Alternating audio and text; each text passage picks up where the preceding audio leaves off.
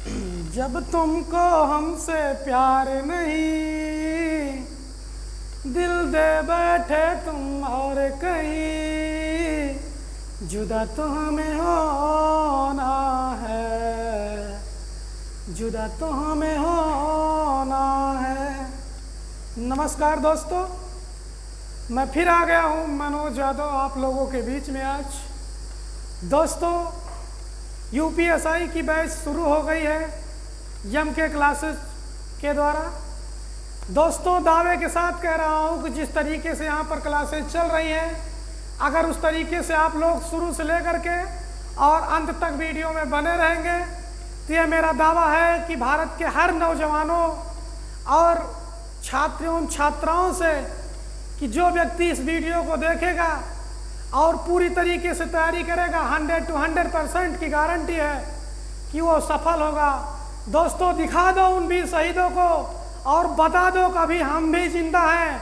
जिस तरीके से तुमने खून पसीने से इस देश को आज़ाद कराया था, उसी तरीके से आज मैं खून पसीना बहा करके अपने देश के नौजवानों से आग्रह करता हूँ कि वो प्रत्येक घर का, भारत का प्रत्येक बच्चा सिपाही बनेगा और इस देश की रक्षा करेगा।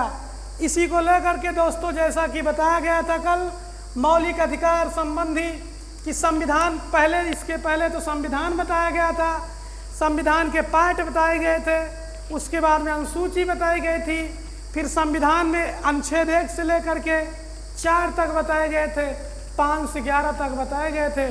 उसके बाद में मौलिक अधिकार का पूरा वर्णन किया गया था, कहाँ पर क्या कटा था, क्या संशोधन हुआ है, किस तरीके से और आगे पढ़ा जाए कि क्वेश्चन पेपर में अच्छे से अच्छे तरीके से हल किया जा सके। तो दोस्तों मौलिक अधिकार में पहले क्या हुआ करता था कि 7 अधिकार थे, लेकिन प्रेजेंट में आज अधिकारों की संख्या 6 हो गई है। जैसा कि देखते हैं हम कि 7वां गया कहाँ का था। तो इसके पहले मैंने जो वीडियो बनाई थी उसमें बताया गया था कि जो 7वां अधिकार था मौलिक अधिकार, वो संपत्ति के अधिकार में चला गया है। अनुच्छेद 31 और 19 को हटा करके संपत्ति के अधिकार 301 कानूनी के तहत में जोड़ दिया गया है। तो दोस्तों सर्वप्रथम हम देखते हैं कि मौलिक अधिकार में अनुच्छेद 12 से लेकर के 35 तक का वर्णन था। उसके बाद में क्या था कि जो एक अधिकारों को हटा दिया गया था 7 में से, तो अधिकारों की संख्या हमारी 6 हुई थी। आज उसी के बारे में चर्चा करेंगे, किस तरीके से मौलिक अधिकार का वर्णन है और मौलिक अधिकार में किस तरीके से क्वेश्चन पेपर बनते हैं। तो मेरे बच्चों घबराना नहीं, मैं फिर आऊँगा, फिर मिलूँगा, तुम्हारी मदद के लिए मैं सदैव तत्पर रहूँगा। तो सर्वप्रथम हम देखते हैं क्या कि अधिकार संबंधी पहला अधिकार क्या है, समता और समानता का अधिकार। सब लोगों को भारत के समान रूप से, समान नियम कानून से सबको अधिकार मिलना चाहिए। समता और समानता का अधिकार यही है। जैसे भारत सरकार द्वारा कोई वैकेंसी निकाली गई तो जितना पार्ट हिंदू का होगा उतना अल्पसंख्यक का होगा, उतना ही सिख, ही ईसाई। मतलब अगर भारत में आप निवासी हो और भारत में लगातार आप निवास कर रहे हैं तो मेरे प्यारे बच्चों याद रख लेना कि समान अधिकार समान रूप से अनुच्छेद 14 से लेकर के 18 तक इसका वर्णन किया गया है। इसके बाद में क्या है कि देखते हैं अधिकार दूसरे में स्वतंत्रता का अधिकार। हम स्वतंत्र हैं। हम स्वतंत्र किस तरीके से हैं कि जिस तरीके से हम कहीं भी किसी भी राज्य में जा करके नौकरी कर सकते हैं, बस सकते हैं। पहले अपवाद जम्मू कश्मीर हुआ करता था, लेकिन आज वो भी क्या हुआ कि धारा 35 और 370 के तहत में उसको भी स्वतंत्र कर लिया गया है। वहाँ पर भी ज़मीन खरीद सकते हैं, बेच सकते हैं। उसके बाद में फिर क्या है कि शोषण के विरुद्ध अधिकार।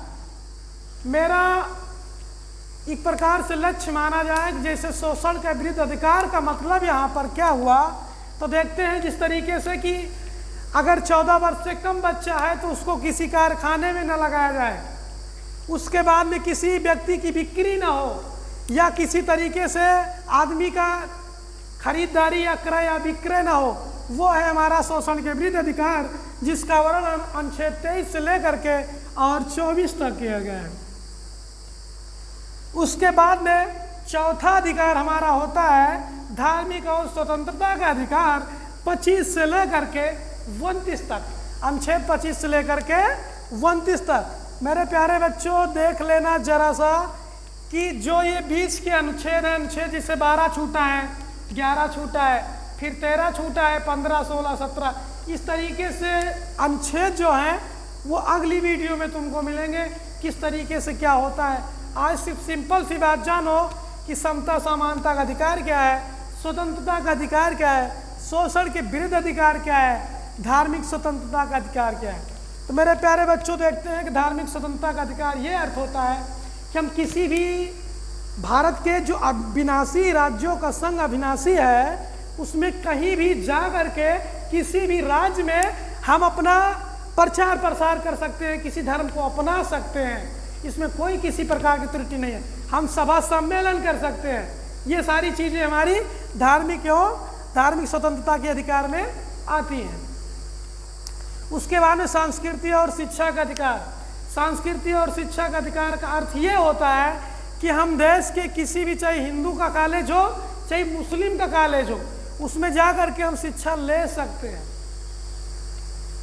उसके बाद में फिर क्या है, संस्कृति और शिक्षा संबंधी अधिकार कितने में था मेरे बच्चों, तो 29 से लेकर के अनुच्छेद 30 तक था। अब आते हैं संवैधानिक उपचारों का अधिकार। संवैधानिक उपचारों का अधिकार कितने में है अनुच्छेद, तो अनुच्छेद कितने में 32 में रखा गया है। इसको भीमराव अंबेडकर ने संविधान की आत्मा का नाम दिया है। क्या कहा है, पूछा जाता है कि अनुच्छेद 32 को क्या कहा जाता है, संवैधानिक उपचारों का अधिकार संविधान की आत्मा कहा जाता है। किसके द्वारा कहा गया था, तो डॉक्टर भीमराव अंबेडकर के द्वारा कहा गया था। आज सिर्फ इतना ही मेरे बच्चों, कल के लिए फिर मिलते हैं, चलते हैं। और मेरा ये दावा रहा कि मैं एक दिन ऐसा आएगा कि भारत का बच्चा बच्चा सिपाही होगा और इस भारत की शान को बचाएगा, ताकि पाकिस्तान और चीन वालों से जो ज़मीनें हड़पी गई हैं उनको भी छुड़वा करके हम अपने भारत में लाएंगे और इस भारत की गरीबी को दूर करेंगे। जय हिंद, जय भारत। फिर मिलते हैं अगली क्लास में।